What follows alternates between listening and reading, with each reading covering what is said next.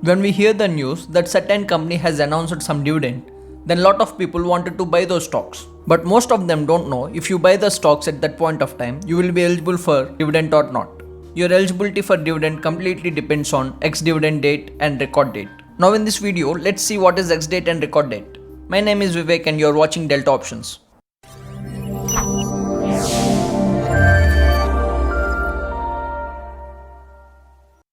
So, whenever a company is declaring a dividend, they will provide a notification with three things.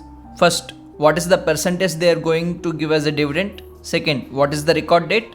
And third, what is the ex-date? We have already discussed in our previous video on how to calculate the dividend. If you are still not aware on how to calculate the dividend, the video link is placed in the description. You can have a watch on this. Now, let's see what is record date and ex-date. Say suppose there is a XYZ company which has declared a dividend. In order to eligible for the dividend, within the record date, your name has to be on the company's shareholder list. Then only you will be provided with the dividend. In India, we will follow T+2 settlement date. That means when you buy a share, that will be your transaction date. If suppose you are buying a share on Monday, then Monday will be your transaction day. That is T.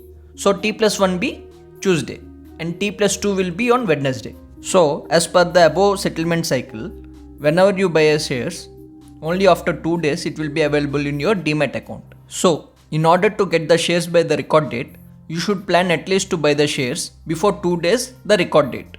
Here, the point to remember is that if you are buying the shares on the record date or on a day before the record date, you will not be eligible for the dividend.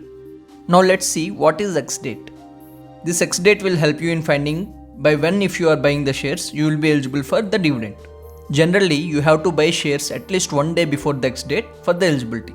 This ex-date is generally calculated based on the settlement cycle, and usually ex-date will be 1 day before the record date. Say suppose this XYZ company says that record date is on 9th, and let us assume that 9th is on Thursday. And what will be the ex-date? It will be on 8th. That should be Wednesday. So, as we discussed, if you want to get eligibility for the dividend, at least you have to buy the shares by 7th, that is on Tuesday. Take one more scenario.